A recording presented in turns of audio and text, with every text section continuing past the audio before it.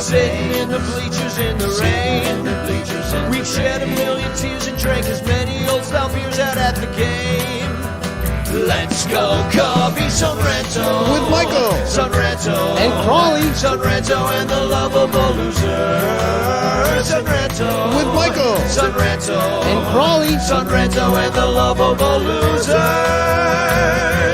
Son Ranto.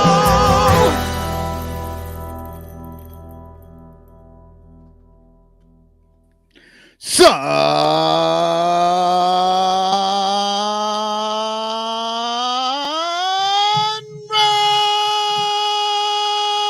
Ranto! God damn, I'm out of practice. Ranto, meet Son Ranto. We're your modern Cubby family. We've got Danny Rocket. We got Michael Cotton and Crawley. I was thinking about that in the shower today because some guy was playing the drum parts on TikTok of Flintstone song, and it's actually a really cool drum part. It's like he's all over the place, and I was like, oh man, it's the perfect song for us. But that we don't need any more copyright infringements on this show that we already have. Welcome to the Son Ranto Show. I'm Danny Rocket. This show is brought to you by our 107 Patreon supporters. Thank you for supporting the Son Ranto Show. We love you all dearly. Michael Cotton is back from Spain. Bienvenidos a nuestro programa. Buenos noches. Yeah. And Crawley's here, finally thawed out from the game on Tuesday that he went to. He's like Han Solo, like coming out of kryptonite. Yeah. But little May 4th reference for all you guys. And it's Revenge of the Sith right now. Yeah, May 5th. Yeah. Come on. So and as always, hashtag chance with a capital C in the chat, and you can win a chance for me to send a postcard to you that was filled out by me on the back that I haven't filled it out yet. So hashtag chance in the chat, and you could win it. Let's get right to it. White Sox, Cubs, 2 games, Northside, freezing colds, 2-game losing streak for the Cubs. Yeah. I mean, here's how I basically look at this series. The Cubs probably should have won the second game because the White Sox had those. That should have been a split like most Cubs-Sox series end up being, just because that's how they play each other. Right. But the bad luck Cubs showed up on Wednesday night, last night. And where the White Sox were scoring all their runs with these little squibbers and bullshit hits. Like even the first game, they had the 1 home run from Tim Anderson, but they scored the other one on an error and a little bunt, swing and bunt, and then they had those ones that fell in between. Yeah, but that's baseball. I get it.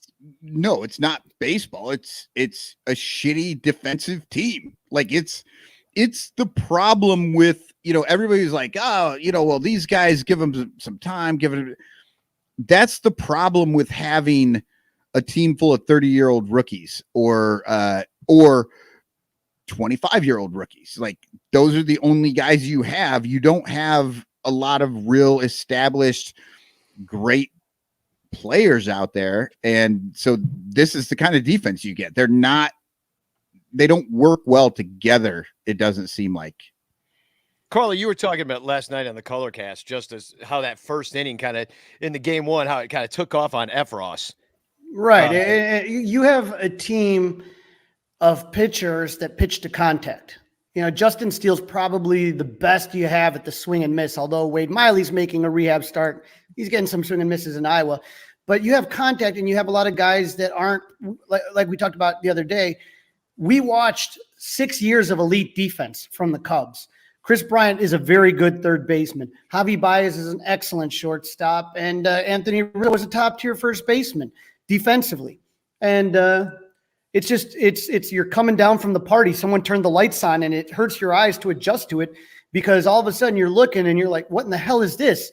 Like things that we took for granted, some of those plays that Javi made with amazing range, or even difficult throws with the arm, that saves it has such a ripple effect because now you're not using as many pitches and your pitchers can last longer and that saves your bullpen. Right. Well, every single inning isn't the world, relying on a mistake. And anytime those throws were off by a little bit, you had a platinum glove winner over there at first that could make the bad throw work. Like if, so the other guys had a little bit of a chance to just work on it. I mean, you remember Chris Bryant's rookie year. The guy could not throw to the correct side of first base. Like he just kept throwing into the runner every single time. But Rizzo made that work all the time, even when those were off. Do we want to scare Cub fans a bit? Think of it this way. Chris Bryant, Michael Martinez hits a ball in the grass in the bottom of the 10th inning. Chris Bryant picks it up, he slips and he throws it, and Anthony Rizzo makes the catch. Does Schwindel make that same catch, or does it go past him? It's one of those overlooked things because if you watch some of the DVDs of the World Series, which is all I do now and cry, Dexter Fowler says, "Oh no, you didn't." He thought from what his outlook was on the outfield from center field, he thought he threw it away. Yeah, I'm imagining Chris Bryant on that last play. Danny's in the shower thinking of the Flintstones like songs for the show. Crawley's in the shower with a beer and the game plan, just sobbing. Yeah. I would love to see a World Series deep fake, of that, at some point where the ball sails over Rizzo's head into the crowd. The winning run comes around to score on like some inside the park little league home run. And then, cause it would have tied it, right? Because they had a man on. It would have tied it, yeah. It would have tied it. But imagine like they throw it all around like the Keystone Cops, and then the run scores on this wild freaking little league home run, and it's just this crazy deep fake. And then they show all this like Chicago just burning, just burning. The 7 million people that showed up for the parade, just rioting, showed up to burn it down. Yeah, just rioting. Oh man, it would have been terrible. But yeah, you're right about how it's like you get that kind of like slippery slope, how the ripple effect of it all, because right away to play from behind, was that the second inning when the error happened? Second inning when the errors happened in that game, yeah. So, Wisdom nearly airmails the damn thing. And so then you got runners on, and then you just get BABIP'd to death. Yep. Now, where the BABIP gods were killing us, like I don't know what our BABIP was in that series, especially second game. Like the balls were just not falling in. Hard hit ball from Wilson Contreras. That Luis Robert got to 2 balls that probably would have been base hits against us. You know what I mean? I think the batting average usually on that hit with that angle with that exit velocity was like 890 chance of being a extra base hit. So it's close to 9 times out of 10. That would have been at least a double. Exactly. And so, but you're relying on that. And, some of the times those balls don't fall in, and sometimes that's frustrating. But that saying, you create your own luck.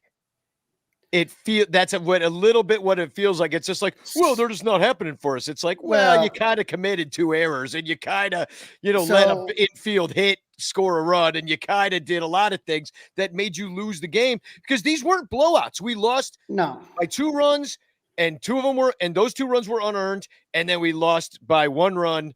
And we had lots of chances. We could not cash them in. So a couple of things to think about. The Cubs at best coming into this season were a 500 team, while the White Sox are supposed to be a World Series contender. We, as of right now, as it stands, we face their second and third best pitcher. Okay. And, they faced Hendricks, who's been struggling, and an opener and a bullpen game. And so I didn't feel like we were dominated. Like I was scared we were going to get blown out of the park.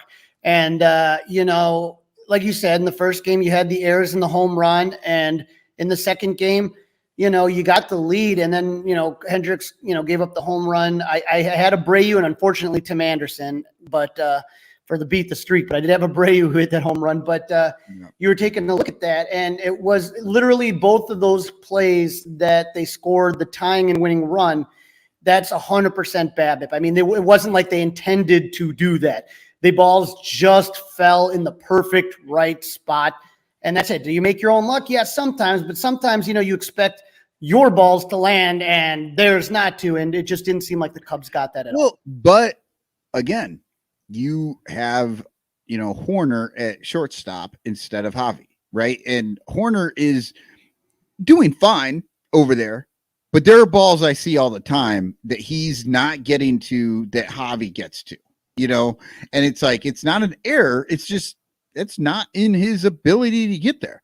Right. On the tying run, though, that was the one when they're all shifted and the guy accidentally kind of hits it. It just goes exactly in the goddamn shifts. No one, not even Javi in his Superman pajamas is getting that one. The other one with the magical, that was a really hard play too. And it just, I was just saying kind of in general. Over 160. Yeah. Over 162, you're going to get screwed on because your defense is not that good, but it was just so frustrating in this series because I don't feel like the Cubs were outplayed. I think they kind of shot themselves in their foot. I didn't sit there like I'm sitting here. You're going to the game, Danny, on Saturday. I'm going to the game Sunday. I'm sitting here scared shitless of what the Dodgers are going to do.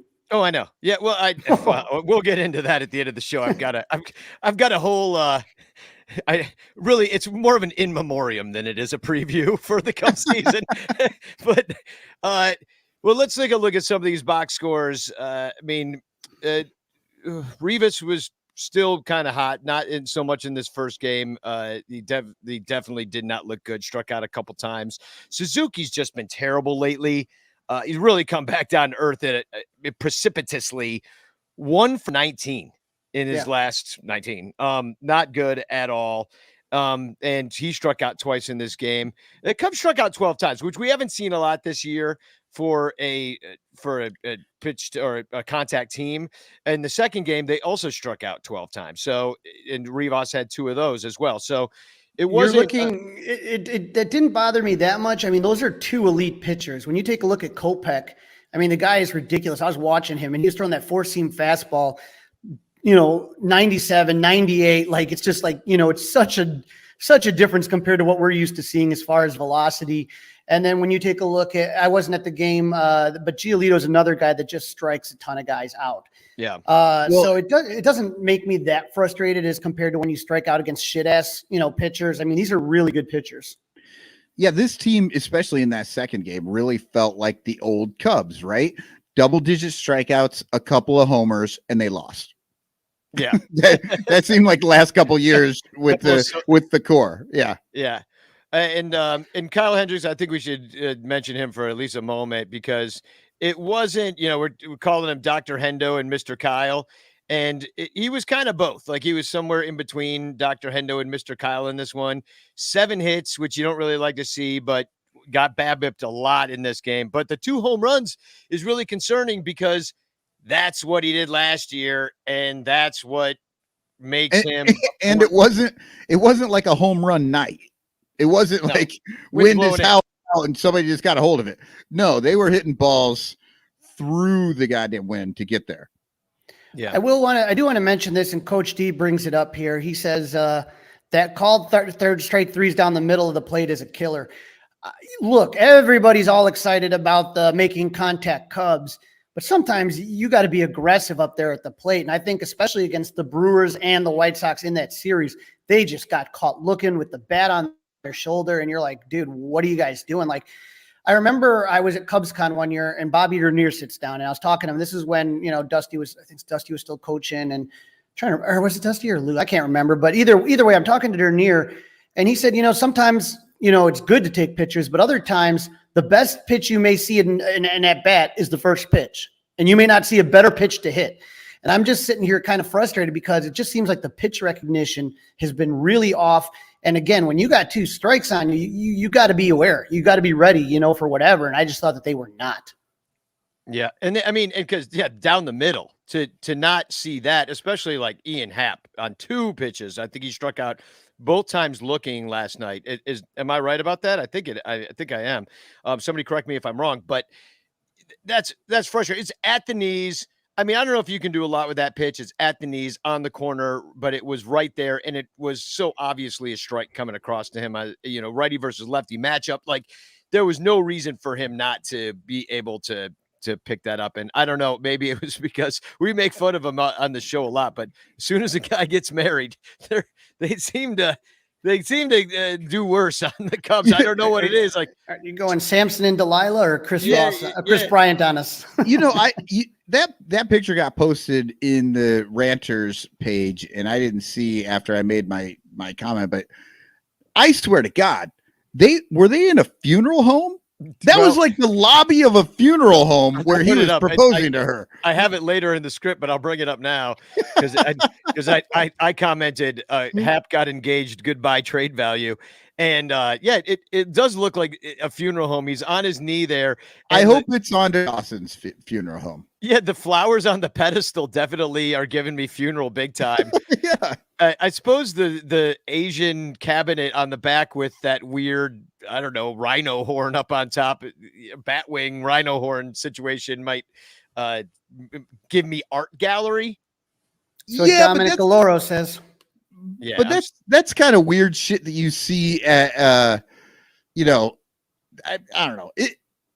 As soon as I saw it, and looking at it right now, I'm like, there's a dead person off camera. The flowers definitely look funereal. But so the other Kyle, I thought this was funny. I'm just gonna put it up. I am Susie Q. If you don't follow her on Twitter, you should, because she's funny and a cool person. But she said, "What's Kyle doing other than pitching himself into the number 5 spot on his next team?"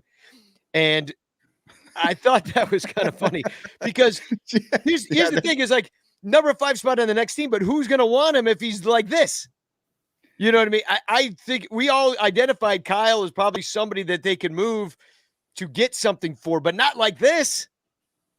So, I mean, we're rooting for Kyle to win for our own sake because we're Cub fans, but we're also rooting for Kyle to do well so somebody else will want him and we can get something for his ass, So just kind of frustrating how that all kind of went down. I know now we got to talk about a couple things that happened in this series. First of all, fuck Sox fans. Even I know that it was Cub fan against Cub fan in the bleachers, and I want to show that fight and laugh about it. But like, look at these assholes at the end of the condensed game. These White Sox fans are in the crowd. Game just ends.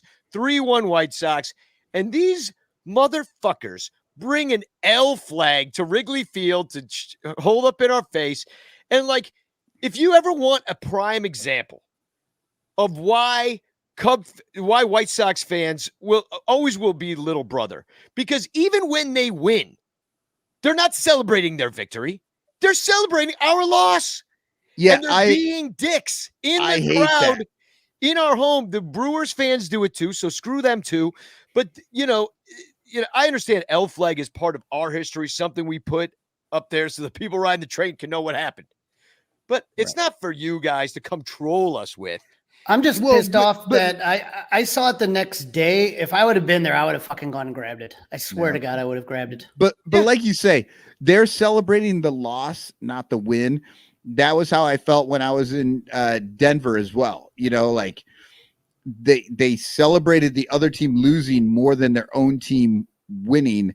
And I don't understand that. I don't feel like that's a thing Cubs fans do. And if you do, knock it off. Like, just, cheer for good. Like, I mean, I celebrate a Cardinals loss whether we're playing them or we're not. I celebrate.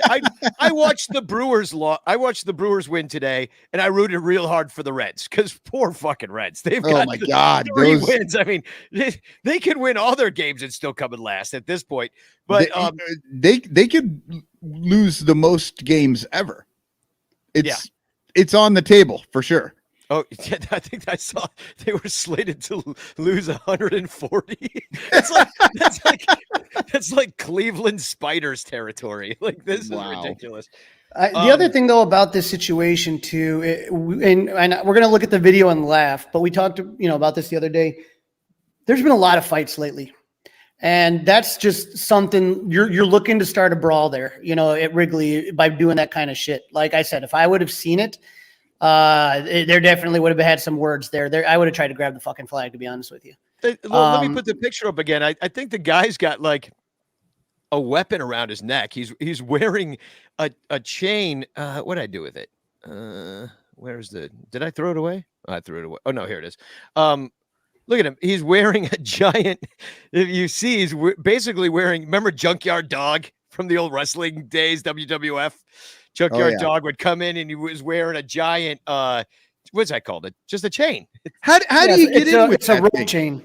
There are metal detectors, right? Yeah. Like, how do you get in with that thing? Yeah, dude walks in with a straight, like that is, I believe you can use that as a weapon on Grand Theft Auto. That chain. I'm pretty sure you can pick one of those up and kill somebody. But yeah, it's unacceptable. And that's what I'm saying. It's like, so don't give me this at the playoffs last year. Remember how I was trolling Sox fans and they're all like, come on, guys, we'd be happy for you. Bullshit. You would not. You would not. And you gotta, if you're gonna dish it, you gotta be able to take it. So when you make the playoffs this year, and you probably will. I don't know, there's not a lot of Sox fans probably watching this one, but what you'll get no love from me because of this bullshit. And I'm going to keep this picture and I'm going to show it to you and be like, here's how you guys were dealing with it on a cold day in May, just so you know. So I don't want to hear about it when the chips are down.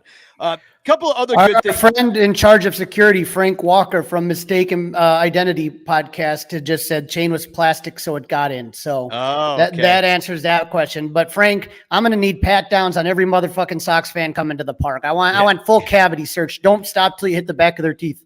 Well, and especially because you remember the controversy with the W flags. When they wouldn't let you bring W flags in Dodger Stadium. And I believe there's lots of places they won't do that. I think St. Louis. Yeah, no W flags. And if they search your bag and find a W flag, they will confiscate it from you. So I want to see that at Wrigley Field because it will start a fight. Yeah, it will start a fight with Crawley. He just basically threatened those guys on this show. I will erase. Don't tell Frank. Frank, we're going to delete the tape. We'll delete the tape. But a bunch of fun stuff happened, and we'll get to the good. We'll do the good first. I invited Bleacher Jeff on the show to talk about his amazing night last night at Wrigley Field. Unfortunately, the Cubs couldn't get a W for him, but the Cubs recognized him. This was right after the Patrick Wisdom home run that Bleacher Jeff caught. If you missed it, I will play it for you. But the Cubs tweeted out Patrick Wisdom with good offense, Bleacher Jeff with some brilliant defense and some claps. He caught it on a fly. Great catch. Backhanded stab.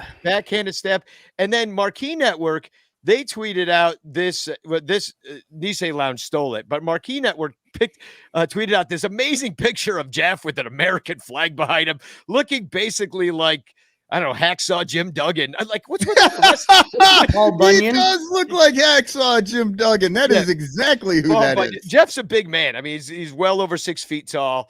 He's large, intimidating fellow. Harry. Standing there with his beer. But what's great about this is Nisei Lounge, where Jeff works on Tuesdays. They tweeted out that picture of him standing there looking triumphant with the American flag. Caption contest and Chicago Party Ant retweets Nisei Lounge and says, would bang. At which point Jeff replied or retweeted, DMs are open. So Jeff's getting some Chicago Party Ant poontang tonight, I guess. Just shout out to Scotty Changone, who took the picture for Marquee. He did a great job. I was just going to bring him up. So. Scotty took the picture, and but let's take a look at Jeff catching that. I've got the. I'm just going to share the my screen here real quick. It's on which Chrome tab will it be? Oh no. It was funny because when it happened, all of a sudden Cubs Twitter just blew up because they knew instantaneously it was Jeff. Well, I was on my bicycle going down to the theater, and I get to the theater, I looked down on my phone, I got like 5 texts from Michael Cerami, Bleacher Jeff, with all these screenshots of him and stuff. And I'm like, oh, that's awesome. So check this out. I'm gonna play this. Does it go full screen when I do this? Yep. Yeah. All right, cool. Let's check it out. 3-2. Drilled left field. Drills it. Boom. Backhand. Tony hitting the drum there. Another 3-2. Let's watch it again. Drilled left field. So he's got to go across his body. Across his body. Makes the catch. With sunglasses on at night, I might add. Another 3-2. With sunglasses on, not only with sunglasses on, but a good 4 beers in, knowing him. as well. Like, you know what I mean? Sign him up is all I'm saying. Like, your guy plays a better left field than some guys I've seen out there. Better defender than Jonathan VR.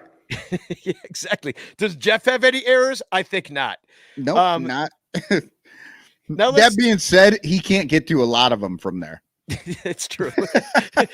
Yeah, he pretty much can go like 1 foot to his right, 1 foot to his left. And although he did save that kid's life last year, remember that when that kid went sliding down the stupid when they had the wood advertisements. Yeah, the advertisements that they had instead of fans.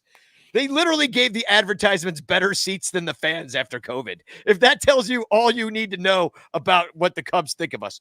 But so let me play something a little bit more unpleasant. Well, funny. Well, but, yeah, I mean, I was entertained, but it's all wrong, and then we'll talk about it. But check out this. I'm sorry I do not have this in its regular speed, but I only have it in this slow motion version.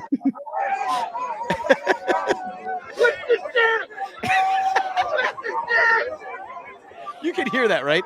So yeah, what is the deal with the twist his dick thing? Because when I looked this up, there's a completely different, much more dangerous fight where people were yelling that as well.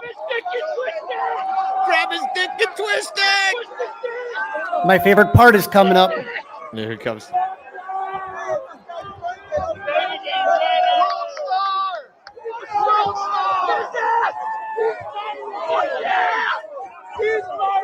So is the guy in the hold on. Here comes. Here it is. Oh.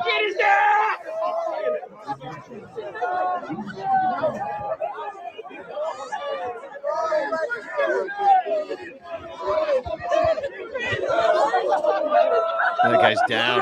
He's gonna have a heart attack. Yeah. That's it. That's the greatest line. I need that on an obvious shirt.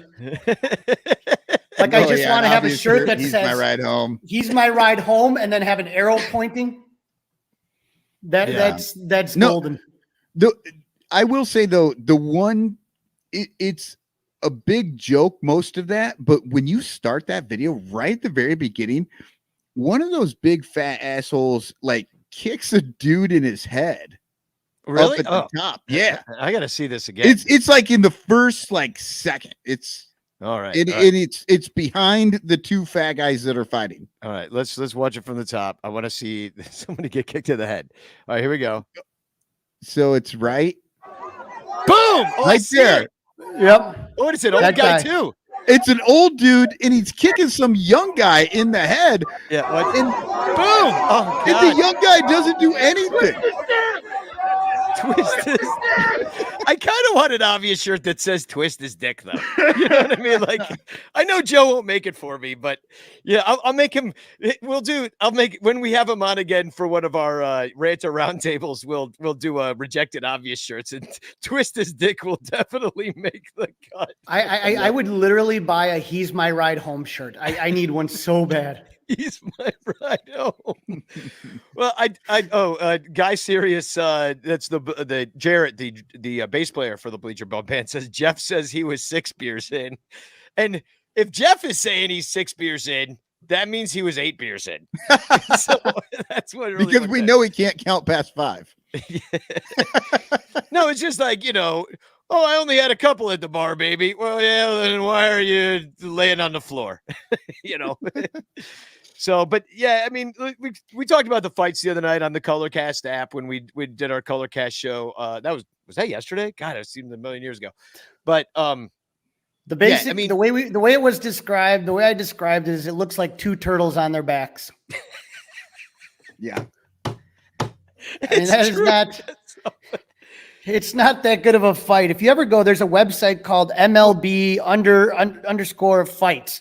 And they have all the fights from all over the league with the players, that I've seen some pretty good fights. That is about as bad as it goes. And like I said, you know how your mom tells you to wear clean underwear in case you ever get in an accident, you go to the hospital? Well, that should also apply to if you're going to be fighting in the bleachers. Wear some nice underwear, so that your ass isn't hanging out like a plumber and looking all horrible. It's just bad. I actually saw that fight. How about a belt, dude? You ever hear of a belt? I Try saw one of that those. fight, and one of my first thoughts was, I should not worry about getting in a fight because that looked fine. I could do that all day. Like if that's what a fight is, I'm not going to worry about anybody anymore. No, but for those guys, it was really more about, I think, the stamina of the situation. Like you have you have people, they're both out of shape. They probably don't get a lot of exercise, and all of a sudden, like wrestling and grappling is probably some of the most physical activity you can have because your entire body is engaged. And you also, if you're in a fight, you also have mad adrenaline going. So your heart is just, I mean, one of those dudes, I would not be surprised if the cause of death in that situation wouldn't have been the fight or even hitting your head on the wall or whatever it would be. It would just be a straight up heart attack, like from shoveling snow. Oh yeah. Or like, yeah. or Polish sausage stuck in his esophagus. Exactly. Well, what I heard, and I can't confirm this, was that because in the middle of the fight, they stop he's like, hold and on, have a bite. I paid $8 for this. This is a Maxwell Street dog. I gotta go. Do you know how much this thing costs? Let me finish it. Come on. I got extra onions, man. I paid $4 for that. Roberto Ramos says, that's Captain Cubbo writes it. It says, the good news is, hello, boys, no fights last night.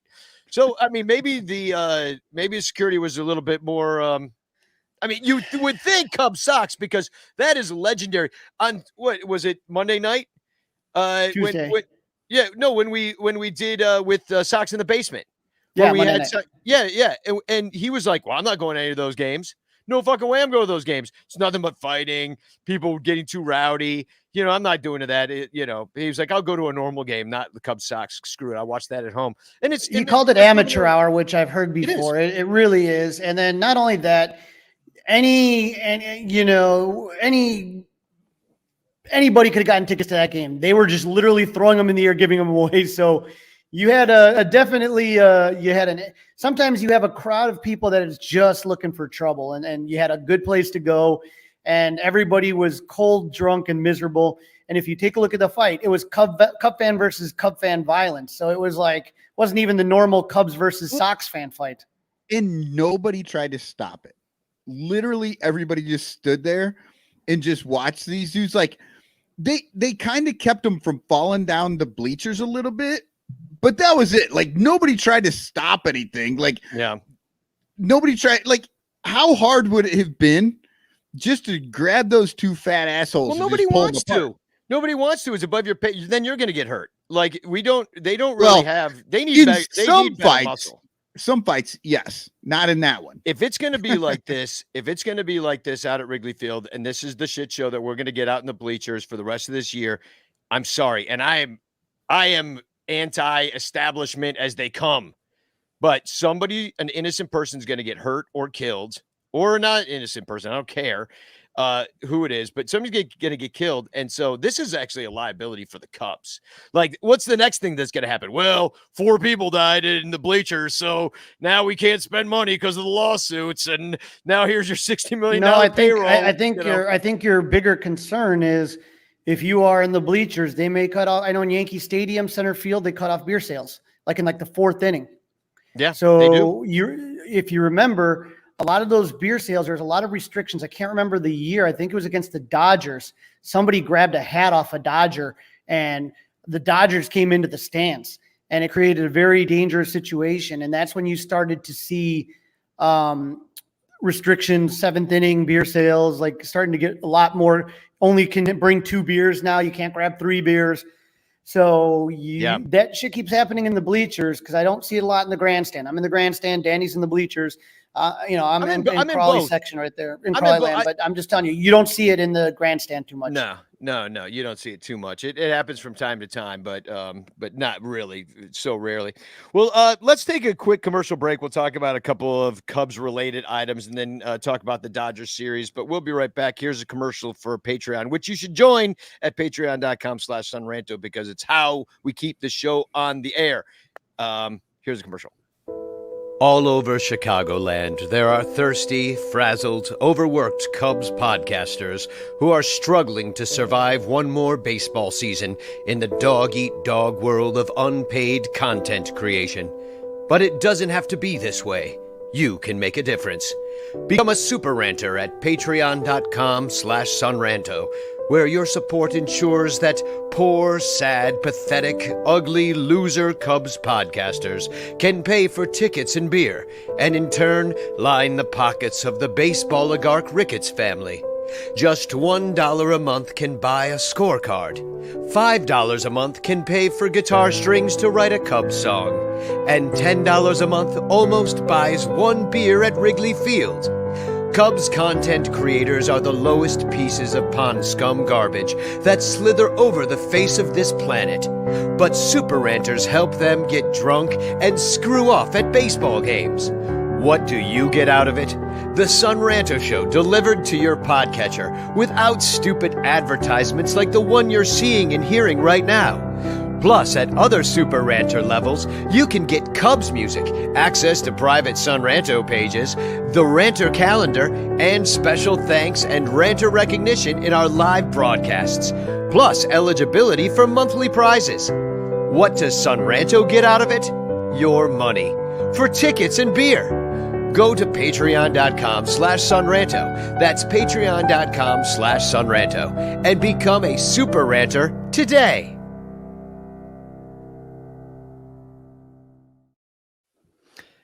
Speaking of tickets and beer, I do have, and I don't know if this game's going to get played tomorrow because it looks like rain all day long, but I do have an extra ticket. So if somebody wants to go to the game with me tomorrow and get real wet and sloppy, just send me a DM, and the first one to send me a DM can go to the game for free tomorrow. I got tickets from our friend Mike. Mike, God, what's his last name? Now I got Mike. God, now I'm gonna screw it up. Never mind. But I have a ticket for tomorrow, and also thank you to Joe who sent me $20 to get beer in the bleachers on Saturday at my quote unquote birthday game. So if you're going to go to a game, get yourself a bleacher ticket and come hang out because we'll be there. Maybe you'll catch a home run ball. No, probably not because Jeff's got them all. And the ones that Jeff doesn't get, my tag guy gets. So, that's just how that works. So let's talk a little bit about Wilson Contreras and his quote unquote injury that happened. Mike Pusateri. Sorry, that's his name that gave me the tickets. Remember, he was on the show with Andy, from the Pointless Exercise podcast. That's who gave me the tickets. Mm-hmm. But let's talk about Wilson Contreras's injury, or not injury. Ross was asked what's wrong with him. It was an upper body, lower body, and he's like neither or something like that. I'm paraphrasing, but so they're dancing around. The trade rumors are out there. They have been. Wilson's pissed off from the arbitration thing. He's pissed off from the not being offered a extension. Those talks don't seem to be happening. Yeah. Is this an inner fight situation, or, what's your gut feeling on it? I would say, obviously, that Wilson is an emotional guy. He can be a red ass sometimes. I'm sure it was probably something extremely minor. And a lot of times ball players continue to play with injuries throughout the year that we know nothing about. And they decided just to take it easy and give him a day or two off just to kind of rest up. And Wilson's like, no, I'm not injured. Now okay, fine. You don't want to give the guy an extension. Okay. Maybe they got a direction they want to go. I get that. I may not agree with it. Okay. The arbitration thing is the stupidest thing in the world because, like I said, the amount that you're going to be, like, the difference in arbitration usually isn't that big of a deal. You haven't paid Wilson big money, and he is more than outplayed what he's been paid. And he's the type of guy that's going to take this super personal. So if you want a happy, productive Wilson, just pay him whatever the couple $1 million difference. It's nothing. It's not even a couple. It's like $1 million. And it doesn't fucking matter because they want to trade him. If you trade him, you're not paying him that anyway. Someone else is. So fucking give him the money and move the fuck on. Biblical losses. And that's why Guy Sirius says Ricketts can't afford to cut off beer sales because of the biblical losses. But this has been this one. I would really love to, if there's a Cubs con next year, that's probably going to be my question is, why would you, knowing Wilson's temperament and knowing what he has produced for your team, why would you quibble over a couple $1 million? That seems stupid. You're going to get him upset in the clubhouse. It's going to rub off on other guys. It's just a poor idea, and it's going to lead to other situations like this. It's like when they signed Jan Gomes, and he has the emoji of the airplane. Wilson's not good at dealing with this stuff, and maybe that's the reason you don't want to keep him. I get that. This just seems so stupid over nothing. And like I said, it's one thing if it's the arbitration when it's normally done is what, year round, like March, February, March. Like this is now because of the lockout. This is happening in season. You're dealing with this bullshit. It's the worst. You should have done everything to avoid it unless you truly don't want the guy back. And even if you truly don't want the guy back, like Michael said, just pay him the money because you're not going to be on the hook for the whole contract.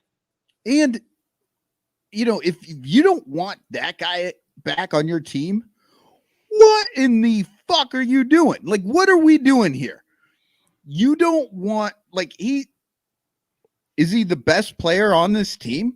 Clearly. Yeah. It's him or possibly Suzuki, but not for the last 19 at bats. Yeah, that's except for one of those at bats where he got a hit. But yeah, but literally, those are the only two people in this conversation on this team. Yeah, and Wilson's been with you for 6 years and been fucking tearing it up and is proving himself.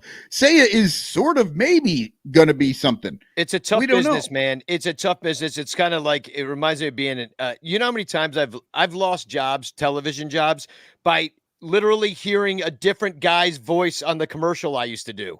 Like nobody tells anybody anything. They just treat you as disposable. And I think that this business is a lot like that. There's always somebody behind you that will take that job for less money and work harder and is younger and faster and better. And I like what Little Yumper says here in the chat. Crawley, the Cubs, I don't know why he tells you this, but Crawley, God damn it, Crawley, the Cubs refused to give John Lester $5 million. LOL, biblical losses. And they've been acting like, and I think it's a good point, they've been acting like this for a while. Yeah. Yeah, so, it's not new. And it's just insane that this guy who everybody can look at this guy and know this is somebody you could actually, be a part of any team that you want to win. And you're going to fucking quibble over $1 million for 1 year. And you're not giving him an extension? Like you're not working on this? That's the thing I was going to bring up is that when we're talking about John Lester was at the end of his long contract and his storied career. He didn't go anywhere and do anything that great. Wilson Contreras could be part of this next great Cubs team that they talk about. You don't have a first baseman right now that you would say solidly where you could easily put Wilson at first. You can have him catch. And one of the things that we've talked about is Michael may hate the DH, but you could save your catcher or keep a guy like Wilson around longer, take less wear and tear on his body by if he only caught, let's say, 2 to 3 games a week and DH the other games and still keep the bat in the lineup. How many times has Wilson DH, do you think? If we looked at all the DHs, how many times do you think he's DH'd in however many games they played? Nowhere near what I thought I would see. Yeah, this year he hasn't hardly at all. Last year or 2020, whenever they had the DH, 2020, I guess. Him and Caratini were the DH. Like it was just those two, unless every so often a random dude would get that half day off thing that they would do. But yeah, it was him and Caratini all the time, unless he told them, no, I don't want to do that anymore because being a DH is like being a half a human, and half a human sucks. Yeah, I mean, some guys don't actually react well to it. They want to play the whole game. That's what they're used to doing. I know Eloy Jimenez is kind of like that. I'm looking actually at the bats on the year. Wilson's taken the 5th most ABs on the team so far. He's played in 19 games. So yeah, you're thinking that he's probably underused in the fact that he should pretty much be DHing in every game he's not catching, right? But you've got Seiya Suzuki playing in 24 games. I don't know. Well, you know what? Hey, they have to get Ortega in there. I mean, If you don't have Ortega up in the DH spot, I mean, you're just fucking leaving money on the table. I don't know. You got to have him out there. I mean, Schwindel now, Rivas is playing over there first. You got to keep Schwindel's bat in the fucking. Oh my God, Michael, you're gonna love this. Is that there's two guys in the Cubs lineup where you look at the MLB.com Cubs page. And just looking at the stats, and on that page, two guys are listed as just DH as their position, and it's Rafael Ortega and freaking Clint Frazier. And what happened to Clint Frazier? He had appendicitis. Well, I know, isn't that over? He was supposed to be back by now. He was in the locker room the other day, but this is something that you're going to really want to pay attention to. Now, Clint Frazier has options. We know that he wants to, get a chance. He has options. But other guys don't. You have David Bodie, and everybody forgot about David Bodie, and he was back in the locker room the other day. He's coming back in June. Okay, June is what, like 2.5, 3 weeks away? Yeah, I saw this from Megan Montemuro.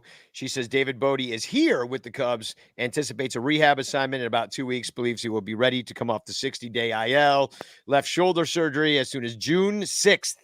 That's the tentative plan. Bodie still needs to go over specifics with the team. The good thing about there's the savior of the team right there. It's like getting a whole new player. I mean, there's your DH. No, great news for everybody though. June 6th, off day, so we don't have to see David Bodie till June 7th. Keep this in mind. You have David Bodie. That's arbitration day, isn't it? You have David Bodie. You have Clint Frazier, and you have Simmons. Okay. Those three guys, we assume, are going to come back. There's going to be questions, who is going to stay and who's not going to stay. You have Bodie. You gave him a contract. You have Rivas. You have Ortega. You have guys that are going. VR. VR's kind of gotten in the doghouse. He hasn't played a lot lately. Frazier, obviously, but all of these are situations that you have to look at come June. Because they moved the roster from 28 to 26. They were able to kind of mess around with some things because of injuries and stuff like that. But this is going to be something that is going to be very interesting.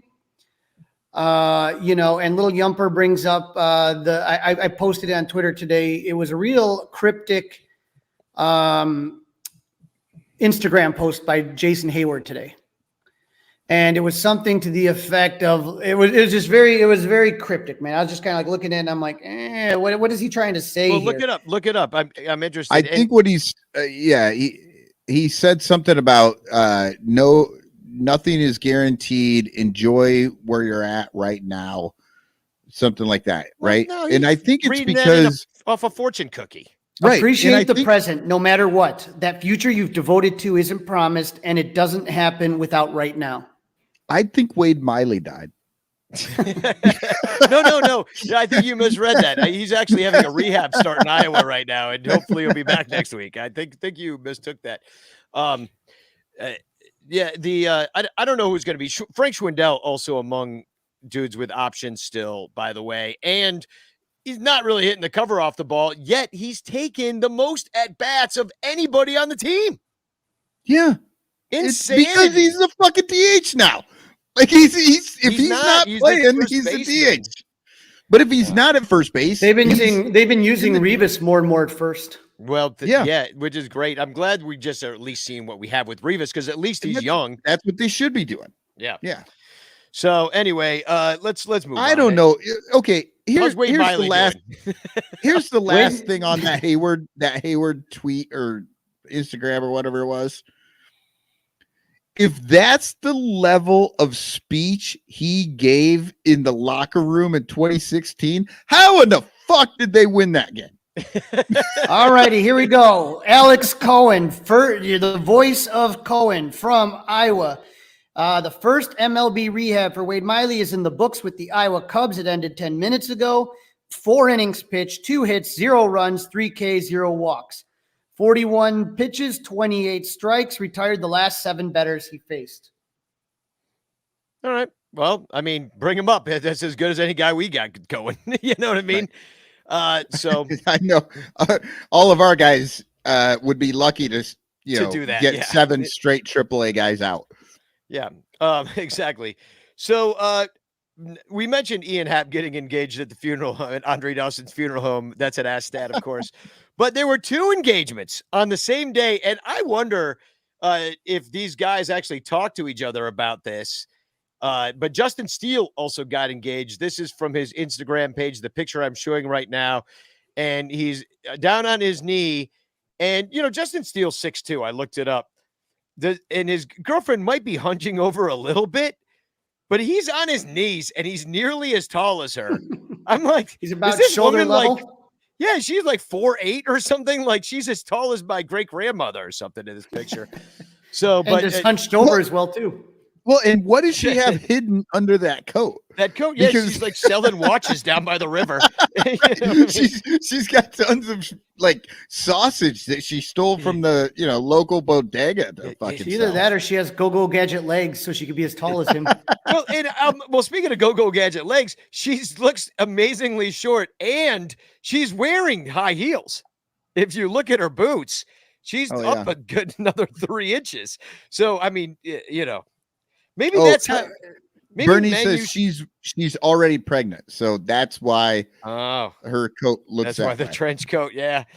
Well, they're not the only 2 people that got rings this week. An old friend got a ring. Well, I saw this. this is Carl Edwards Jr. got his 2021 World Series ring today with the Atlanta Braves. He made 1 appearance for the Braves last season. This is how he did. 0.1 inning pitched, 3 hits, 3 earned runs, 1 walk, 1 K, and he got a ring. good for him. He's Now a he's great got guy. 2. Now he's got 2 rings. What an awesome dude, though. Like I love Carl so much. He is He's one of the such a- nicest guys, but there has to be some sort of something where people say, okay, you know how everyone gets like certain cuts of the postseason money? The Cubs gave certain rings to certain people. Okay. And so if you were like a player, you got a specific ring. If you were front office or an owner, you got a specific ring. And then like it just kind of filtered down. And by the time you got to like the guy that cleans up Wrigley, you just got a Cracker Jack ring, It's just Right. I was going to obviously say it goes came out of down. the gumball machine. Right. And Got a so, spider on it. but you take a look at this situation. I think what was his name? Does anyone remember I think Michael, were you at the John Lester game with the sacrifice bunt and the Yeah, baby he was powder? there. I was, yes. Was that Brian Mateusz? Brian Was Matoush. the starter of that game? Yes. Okay. I think wasn't that his only game? Yeah, I think so. And he got a World Series ring. Well, Yeah. yeah. And unlike unlike Carl Edwards Jr., he will keep that motherfucker for his whole life. And I mean, Carl Edwards Jr. can sell that Braves ring to somebody for a good chunk of money. You know what I mean? Like that one doesn't mean anything to him. I'll go you one further about Brian Matoush. Not only was that his only game as a Cub, that was his last game in the major leagues. I just looked it up. But he's not like literally if everyone said who was on the 2016 roster, how many people would ever remember that guy played 1 game? Well, and why should he get a goddamn ring? He didn't, like I said, like Carl Edwards Jr., as much as I love him, he got 1 out of all the outs in all the But games. didn't Ronnie Woo Woo get a ring too? I mean, yeah, come but on. he got a secondary. He got the Cracker Jack one. spider. I thought it was funny. This is in reference to both the Ian Happ proposal, the Justin Steele proposal, and I suppose the Carl getting a ring for no good reason. And this Seth Kennedy says at least someone affiliated with this team is getting a ring this season, because it certainly isn't a World Series ring this year.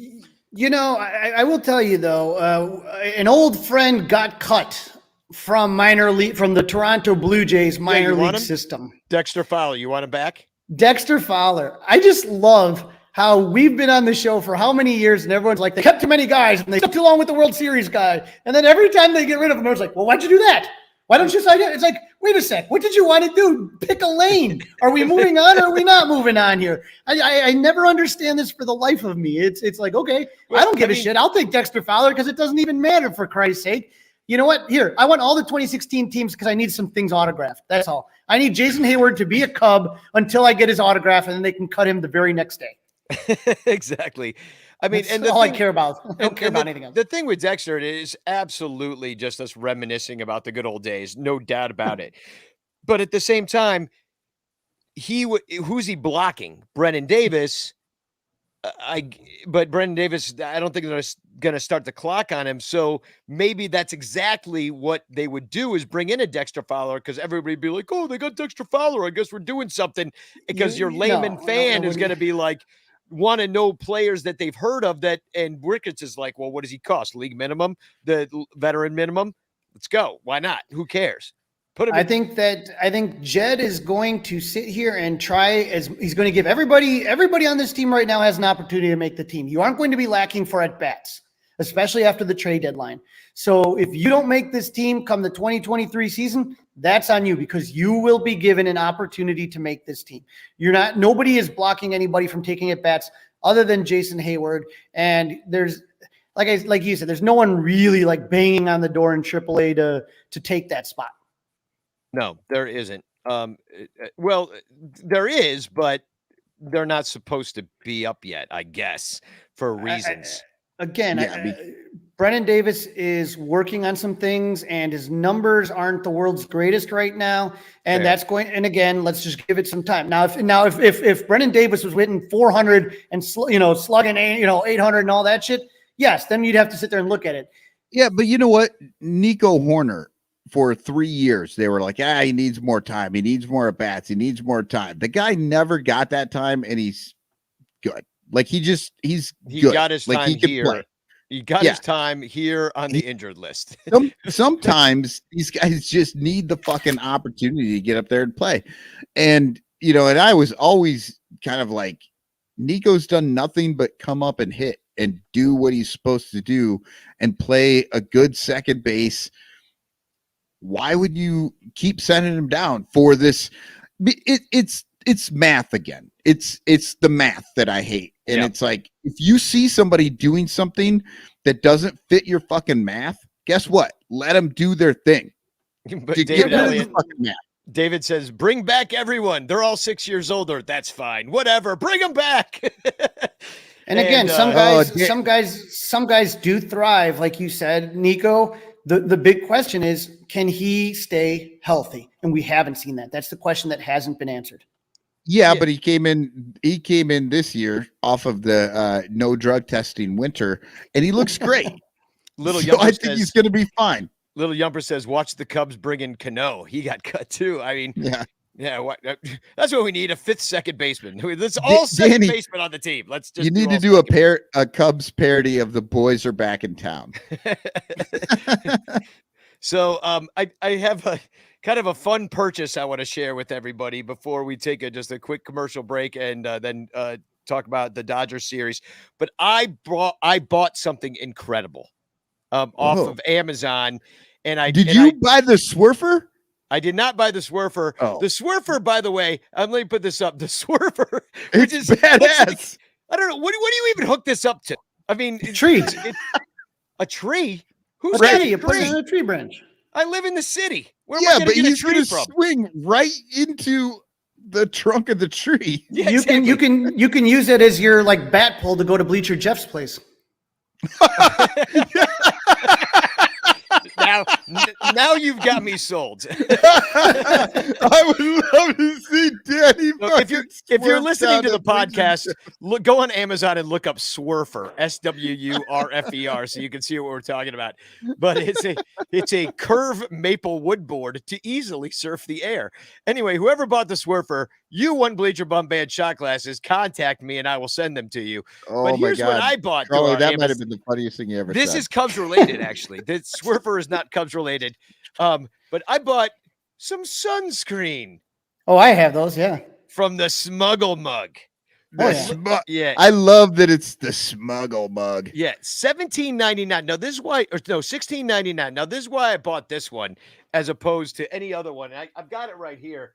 Here's the package. This is for all you ASMR people. I'm gonna unbox this and touch the cardboard. No, I'm gonna. So this is an empty one. So as you can see, it's you just take the top off, and it looks like you just pour it in there. But even better, there's a little contraption where you can put actual sunscreen. So if somebody's like, I've never heard of Cabana Boat sunscreen, bro. You know what I mean? And I'm like, I got it at the dollar store. And they're like, uh-huh. And then you're like, oh, well, watch this. And then you could have actual sunscreen come out of your flask and really fool people. But not only that, well, that's what I wanted to show you, because I have one that's actually full. Look at that. I got it loaded up for Saturday already. Oh yeah, this is going to be bad. Danny's going to be drunk and he's going to fucking tip up accidentally drink the sunscreen. Yeah, the sunscrreen right in his mouth. Yeah, my only complaint is that this needs to close better, because I'm going to get sunscreen in my bag now. So, but I don't think I'm going to have any problems on Saturday because it's a bobblehead day. So when I'm going in, it's going to be chaos. You know what I mean? Getting through. So I don't think they're going to be looking too hard at my sunscreen, if you know what I mean. But, except for you just put it out there, and we know. I mean, we've got security in the fucking chat. I don't care. This is how I roll. I will tell you. I'm like the Trump of Cubs podcasters. I will tell you the things I'm going to do to you, and then I will do them to you. You know. So I got no. But I'm gonna throw a fastball. Yeah, so you still can't hit it. So the listeners can go to the Sun Ranto Patreon link and buy that, correct? Yeah, and well, you can buy that exact thing, because I just dropped the link to that exact product in the chat if you would like to buy yourself a sunscreen flask. What? But yeah, Danny, what's yours filled with? Sunscreen. No, but what's it really? The booze. Oh, vodka. Yeah, you could just go with rum chata, and then you don't have to put the sunscreen in You're it. like, well, it's rum. It's sun chata. It's sun chata, and it's sunscreen made of rum chata.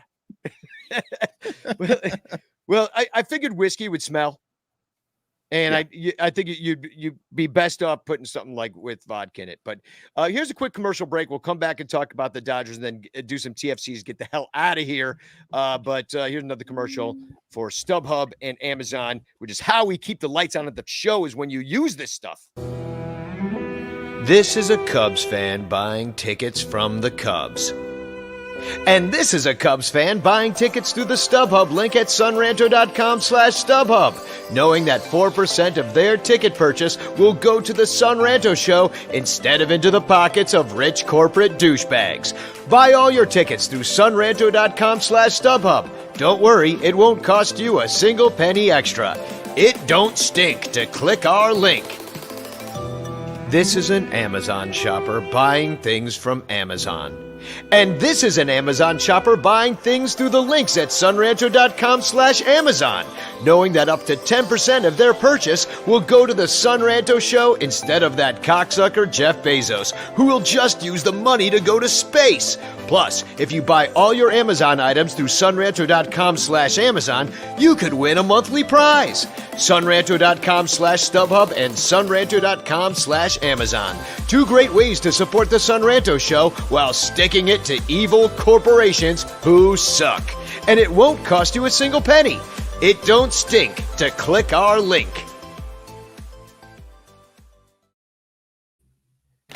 All right. Well, we got just so you know, this was what I have.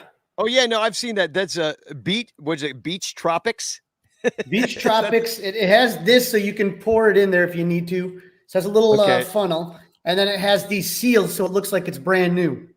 Oh, even better. I don't know. I think I like yours better. Maybe we trade.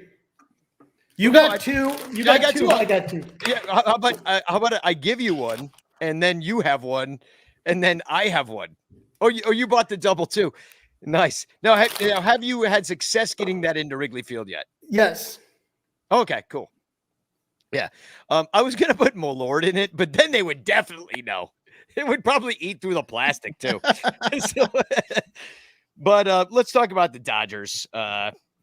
In memoriam of the Chicago Cubs season, we're about to face the Dodgers, who literally ruined our season last year after we pitched a no-hitter against them. It was all downhill from there. The Dodgers are in first place. No surprise there, 16-7. Although last week they lost 2 of 3 to Arizona. So, maybe they're bad. Remember how we used to complain about the Cubs playing down to bad teams and not have it, they're like, oh, it's just the Pirates. We'll just roll through here. It's just the Reds. We'll just roll through. And then they'd lose 2-3. Maybe the Dodgers will do that. That's our only hope here. So the Dodgers don't strike out a lot. They walk a lot. They're top 10 in both of those categories. They have a higher OPS from the Cubs, but not by a lot. They've got a 712 OPS to a 696. So they're not top of the league in that. And the Cubs are right. They're middling. The Cubs have only 4 fewer home runs too. So it's the offense is the problem right now just because of one day where they scored 21 runs. And so it's until things. Well, I would say it's actually the 8 days that they only scored 1 run. That's your problem. Thing that kills me. Yeah. The Dodgers got a top end bullpen. They're 3rd in ERA in the majors to the Cubs 9th. So the Cubs aren't doing that bad. You got David Robertson still hasn't given up a run. Keegan Thompson's doing great out of the bullpen, although his 0 ERA is gone. But they've got a 2.65 bullpen ERA to the Cubs 3.17. Here's been the main problem. The Cubs have given up the 3rd most homers out of the pen.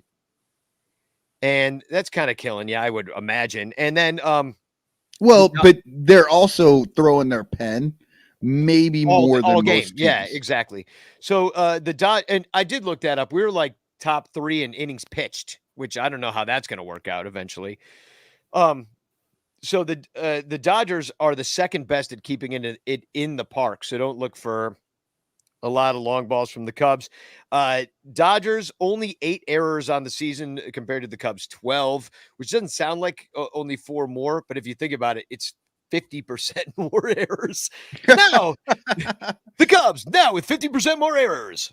So the Cubs have the 9th worst DER right now, which is a very important stat on the show. We talk about DER a lot. The defensive efficiency ratio is the measure of how many outs you're getting. The Dodgers, number 1 DER in the majors. So we're going to see what that looks like. 746. They're getting the outs, people. We actually may not see what it looks like because the Cubs may just never hit a ball for 3 straight games. Fair. The weather is going to be bad tomorrow. It's probably going to get rained out, and I don't know what they'll do with that. They've got a mutual off day on June 6th, so maybe that is the day David Bodie comes back and to play against the Dodgers and hit a walk-off grand slam. I predict it now. And then the next 2 days are okay. Still not warming up here in Chicago. The sun hasn't really not come out, and it fucking blows, man. Yeah, how is it down in Iowa? It just as cold and shitty. It's supposed to get nice on Sunday. And you used to live in Colorado where it's sunny a lot. It's even though it's cold and it snows, it's sunny. I think they went no, it doesn't. 45? It's not cold and snowy where I lived. That's in the mountains. People don't understand that. 75% of that state is just warm, nice. Carly, and then there's been a 44 or 45 days without seeing the sun here. Yeah, no, it's kind of been bad. And it's you could tell. I mean, maybe that's what all the fights in the bleachers are about. It's just, it's just people who are depressed. Elongated seasonal defective disorder. Game 1, did they announce that yet for the Cubs? The last I saw, did not. It was Smiley might come back from his bereavement leave. But otherwise, it's going to be another bullpen game, I guess. Don't know. Yeah, we don't know. I think bereavement leave. Did he just realize he was on the Cubs and got real sad? Now, they did call up a pitcher the other day for the bereavement. There was a corresponding move, and maybe he gets his start. Who was it? I kind of missed that news. GRL. What's his name? Oh, Gesellman. Yeah, Robert Gesellman. Yeah, he used to pitch for the Mets. I've seen that guy before. So people are that was the one that I talked to. They had a Twitter Spaces with the Cubs minor league broadcast announcers, and I jumped on there and talked to the guys, and they were, and I asked Alex Cohen, who's broadcasting tonight for the Iowa Cubs, if who would be next man up after Leiter Jr. And that's what he said. He says he's been pretty impressive. He's done everything you've asked. So why not give him a start? I'd like to see. And he's got major league experience too. Right. And probably a little bit more than Leiter, I think. So we're going up against Tyler Anderson, who used to be on the Rockies. And he's been doing great for the Dodgers, although he's kind of at the end of their rotation. He's 2-0 with a 255. That's their number 5. That's So their 5 right there. that's their number 5. So that's as easy as it gets. Yeah. So it's not a great look. Thank God it's going to rain. So maybe they move him to the next day. But Anderson, last time he went out there against Detroit, he gave up only 1 run on 69 pitches. Nice. Game 2 is Ross bobblehead day. And so I know Crawley and I will be down there bright and early. And I will announce it now. If I manage to get the bobblehead, which I am planning on getting, it is the Patreon patron prize of this month. Okay. Ooh. So a one lucky Patreon member will win the David Ross bobblehead that I get tomorrow in the stands. So if you're not a Patreon member, you should be, because you could win a bobblehead. We should get a bobblehead made of the Dancing with the Stars woman farting in his face. God damn it, yes, we should. And it needs sound, though. That's got to be one of the ones like the old push a button. Which one has sound, Crawley? The famous one that has sound that the Cubs gave away was the Jack Brickhouse. Brickhouse. Yeah, that's right. Oh, we could just do the exact same thing. Hey! Stop that. Actually, we could just break the speakers in the Jack Brickhouse one so that it sounds like all right. So Justin Steele's going to go out there 1-3 with a 550 for the Cubs, and Clayton Kershaw 3-0 with a 235. He almost had that no-hitter on the first game, but they took him out after 7 innings. Perfect game. Oh, yeah, that's right. Perfect game. Perfect. Yeah. 1 run on 4 hits against Detroit, going 6th the last time he went out there. And but here's the thing, and it's weird. I looked up his splits, his career splits, a 474 earned run average at Wrigley Field. That is the second worst, and it's ahead of the Colorado Rockies. And the other team, I forget what it was, but it's only like 3 innings or something. Like he was just out there for no time, and 1 game or something like that. But with the Cubs, it's a few innings. We chased him last year in the first inning, if you remember that game. Yeah. Remember, the Cubs swept the Dodgers at Wrigley Field right at this time. We're facing them at the exact same time as we did last year. It was on May 4th. In fact, we chased them in the first. 4 runs on 4 hits, 2 walks. Of course, that's a completely different team than the Cubs have now. But what I'm saying is, and so are the Cubs. Kershaw doesn't like. No, that's what he's talking about. The Cubs are a completely different team. The Dodgers have so many new guys too. It's scary. Yeah, well, they got better guys, and we got worse. Yeah, they just got better. It's different here, as they say. Yeah, it's different. It's different here. Nobody knows any of these guys. We're all different. I will tell you, man, Trey Turner is one of those players that I love watching Trey Turner play, man. Mm-hmm. And I'd love for him to be on the Cubs next year. Well, Johnny Onomatopoeia, when he played, Trey Turner comes from the Nationals, and Johnny, longtime contributor to this podcast and show, favorite player he's ever seen. And they've had the Nationals had Scherzer and all those guys, but no, his favorite player by far was Trey Turner. And the Dodgers, I mean, that's the difference between the Cubs and the Dodgers, right? Like the Cubs lose Anthony Rizzo, they get Frank Schwindel. The Dodgers, who was playing first base for him before last year, Muncy or somebody like that. Max Muncy. Yeah. And then they pick up the freaking guy from the Braves, Frederick Freeman. And is Muncy still on the Dodgers though? Yeah. So they got it. They keep. It's not even like Schwarber, it's not even like they lost somebody and replaced him with somebody better. They're like, you know what, Muncy, fucking hit the bench. We got somebody better. Exactly. So you can DH. Justin Steele, not as good of an outing in his last 2 starts. He's only pitched 6 innings, 3 innings each time, giving up 7 runs in those last 2 starts. Although only 5 were earned, that still sucks. Yeah, it's not great. I just, I've been saying this. Justin Steele just seems a little bit over, kind of exposed. Like the moment's too big for him, or there's something he's got to work on, or maybe this trial by fire is good for him. I don't know.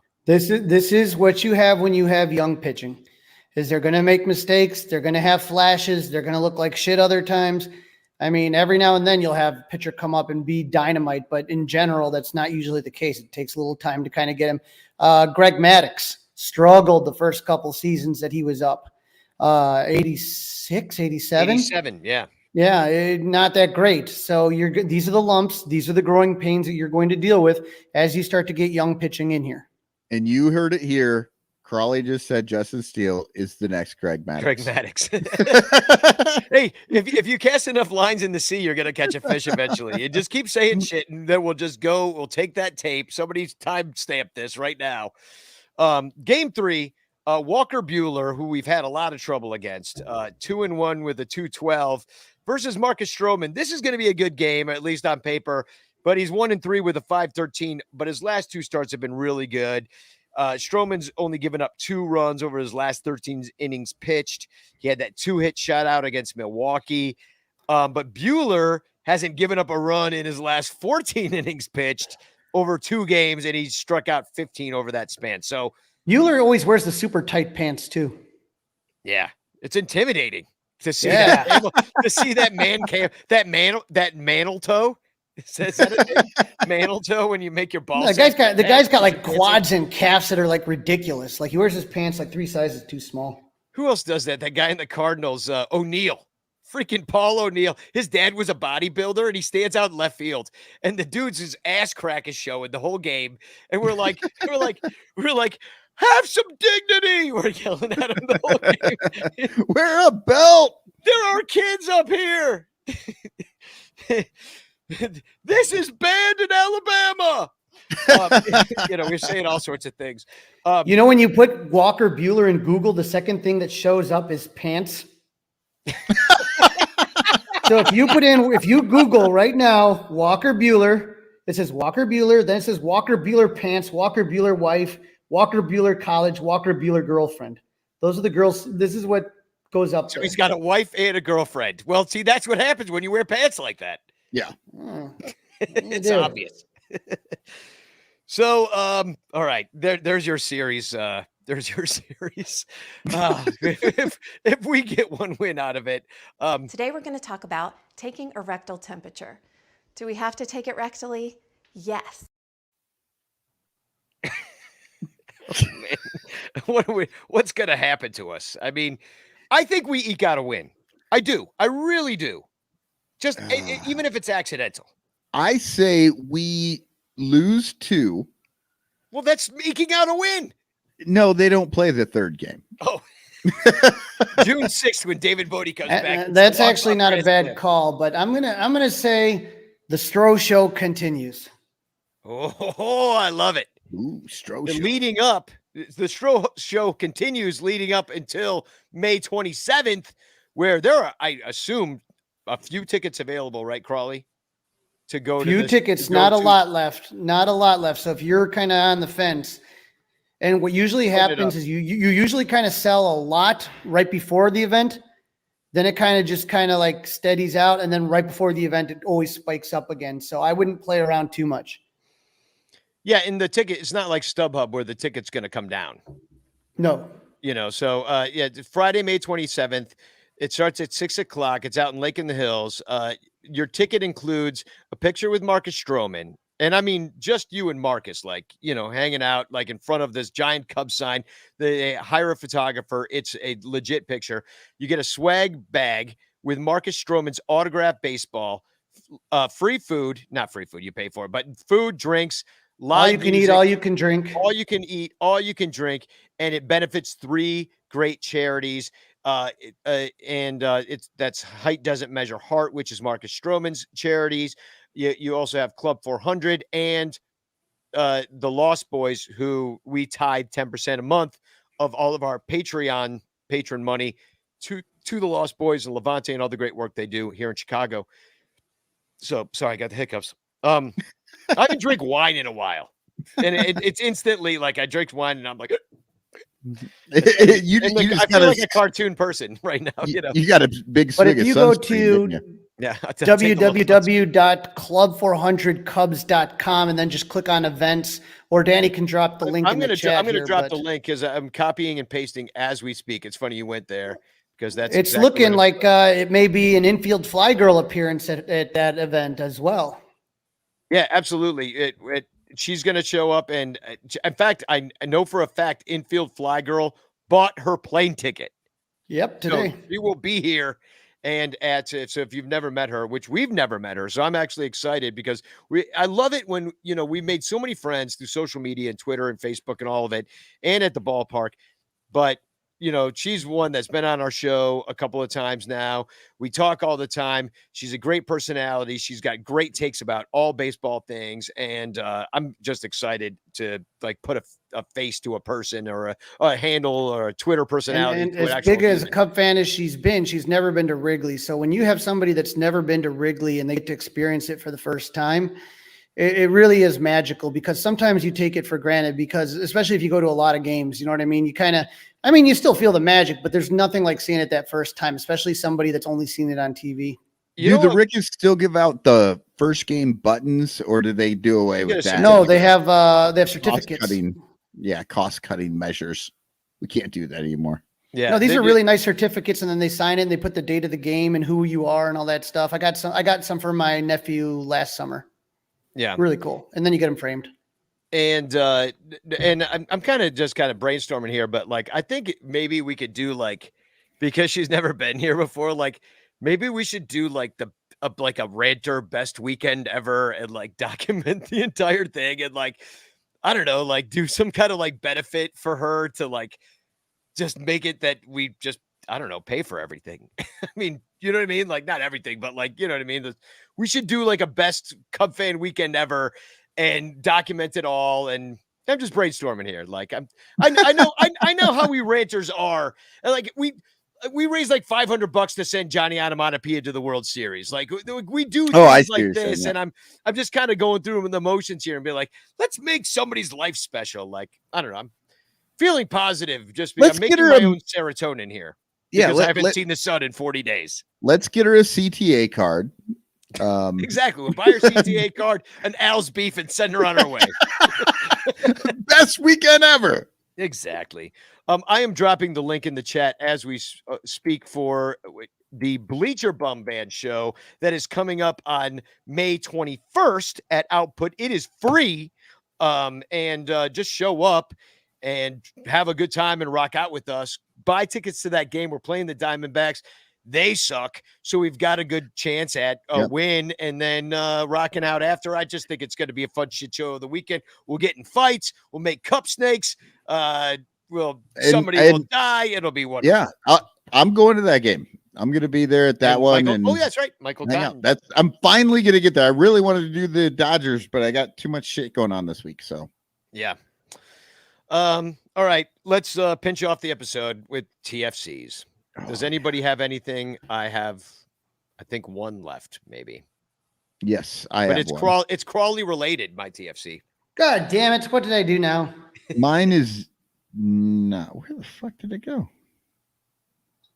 Yeah, I moved everything down. I think it's probably this. Do I have it right? It is. Yeah, okay. Spin move 55. Okay, so yeah, they're talking about the robot umpires, the box. This is on the Reddit baseball. So this is an Angels fan actually that posted this. Okay, so we get robot umpires. Next thing you know, Scherzer is going to disagree with their strike zone. Then he's going to argue with that robot. And with his crazy eye and intense insanity, he's going to accidentally cause a robot to feel an emotion for the first time. Fear. That's going to lead to the robot umpires feeling threatened by all humans. And the next thing you know, the robot apocalypse is upon us. Do you want Skynet? Because that's how you get Skynet. Wow. That's fucking good. That is a hell of a... What was that on Twitter? No, that was on Reddit. Oh, see, yeah, that kind of shit doesn't last on Twitter. Elon Musk takes that down. He's like, well, I'm already building that robot. I already own that robot. You can't have it. All right. Here's my Crawley related TFC right here. Crawley tweeted out when he was at the game. I could tell you were cold and angry up there watching the Cubs anemic offense like piss the game away. But Crawley tweets out, debating whether I'm going to wait by the Sox bus and cuss out La Russa. Can't stand that old piece of crap.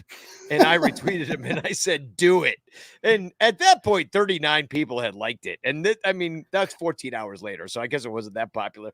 But Tony Naomi, a great Twitter personality, says, ask him who dyes his hair. I need my boat painted. So I don't know if you've been following this saga, but Obvious Shirts now has a store on Grace and Clark Street, if you didn't know that. Some mysterious person keeps leaving shirt suggestions on Joe's door. Oh my God. And really? this one made me, and this one made me crack up because I thought it was hilarious. Today's shirt sign idea: Cup Snake Backwash isn't free beer. I like it. That's like the in the movie Elf. Don't get the gum under the seat. Turnstiles, it's not free gum. Yeah. I mean, who amongst but this us? has been going on with at Obvious Shirts. Is this person now does it and Joe has no idea, and they post up shirt ideas. Some of them are winners like that one, others not so much, but it's an adventure. I wonder who it could be. Some of them say twist his dick. I mean, doesn't well, exactly. Well, I'm gonna put that one up tomorrow. Too bad it's. I mean, honestly, like I wish I had thought to do this. Like I should have. I should be that elf. But now I'm obsessed with finding that guy. Oh yeah, bring him on the show. No, who's doing it? Like, no, I want to find out who they are and solve the mystery, like Scooby Doo. You know what I mean? Like, we started with the Flintstones and we end with Scooby Doo. Ranto. Here's another one. Here's another one. This one says, hoping to get to third base tonight. Ooh, I like that one. That's obviously after dark. So yeah, it's basically Obvious Shirts, and the guy just comes and posts these things. He has like a little shirt cut out and he prints it out, and then he comes out there and it's there. And like I said, some of them, I like that one. Like, I'm getting to third base tonight. That's a good one. Yeah. I'm gonna catch this guy. I'm gonna find out Here who we go. this slogan. I could never wear that shirt because it's never obvious if I'm getting the third base. We'll always have 2016. No, now I know who it is. It's solved. John Pincus and his worst case scenarios. That's do you remember when he cried? Do you remember when John Pincus, that we're taking ranters way back in the Wayback Machine, but John Pincus got drunk and called the ranter voice line at 872-216-5375, and he cried about how, what are we going to do in the future? Just look up at those flags and think about the past. And we were like, yeah, I think that's probably what's going to happen. And it is what's happening. So I think John Pincus is the T-shirt bandit. I have solved the mystery. I've pulled off the mask. It's Pincus. Pincus, let's catch him. So this is happening every day. I don't know if it's like every day or every other day, but like I see it all the time. I'm obsessed with it.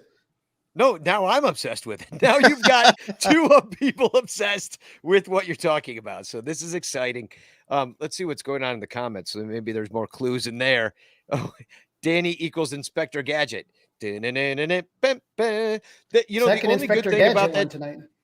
The only good thing about Inspector Gadget was the theme song. And I think it, like, one of those things that, like, my sister liked Inspector Gadget, but I didn't. And I was like, that show's dumb as hell. My sister's like, it's the best show. All this stuff comes out of his body. I'm like, whatever. And I don't know, it was like 2 years apart. Like, and one of us got Inspector Gadget, the other one didn't, in the same family. So weird. No, I dug Inspector Gadget, but you're right. The song was great.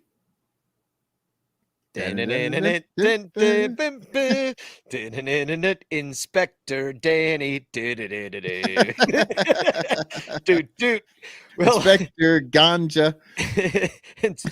Inspector Rocket. All right. So let's get out of here. I think the fitting song to play is "No Fighting in the Bleachers." Chance! Chance. All right, yeah, I will always. Somebody's saved always you. got to remind me. Yeah, but I just want to give everybody a heart attack though first before ending the show. People do get upset I too. think They're like, Chance. A whole bunch of people had to delete. They were just about to write it down. Okay, last chance. Hashtag chance in the chance chat. I'm gonna draw it. Oh, one person came in since then. All right, I'm drawing it. Can you see the screen? We can see this. All right, here we go. Let's draw it. Coach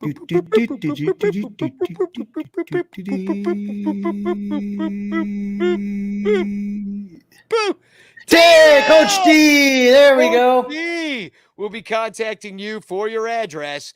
So Either that or you could just bring it to the Strowman event. Oh yeah, I will hand deliver a postcard of Frank Chance to you right in front of Marcus Stroman, like the bosses we are. So no, that's awesome. Congratulations, Daryl.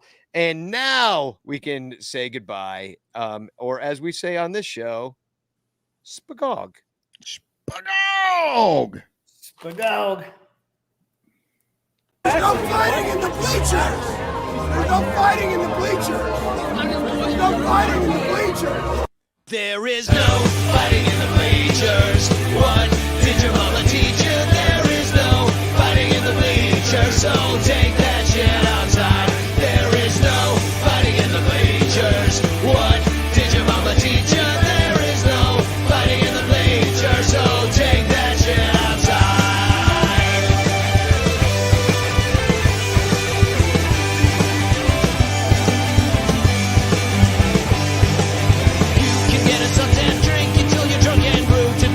And acting like a punk and watch him hit and running, having lots of fun and show him all your love and celebrate and suffering. But you cannot fight, don't care who you don't like.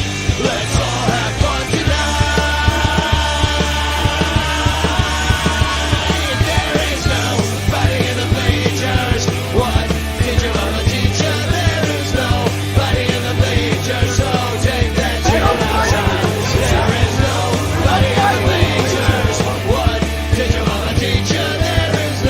fighting in the bleachers. So take that shit outside.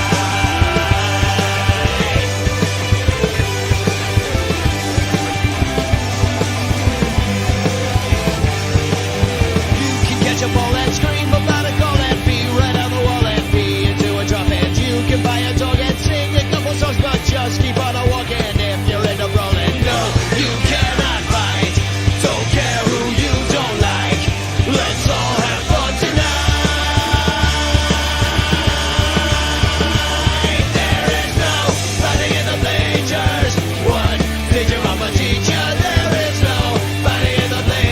So take that shit out. No fighting in the bleachers. What did your mama teach you? There is no fighting in the bleachers. So take that shit out. No fighting in the bleachers. What did your mama teach you? There is no fighting in the bleachers. So take that shit out. No fighting in the bleachers. What did your mama teach you? There is no fighting in the bleachers. So take that shit out. Don't record me. Don't record me. Hey, put your phone away.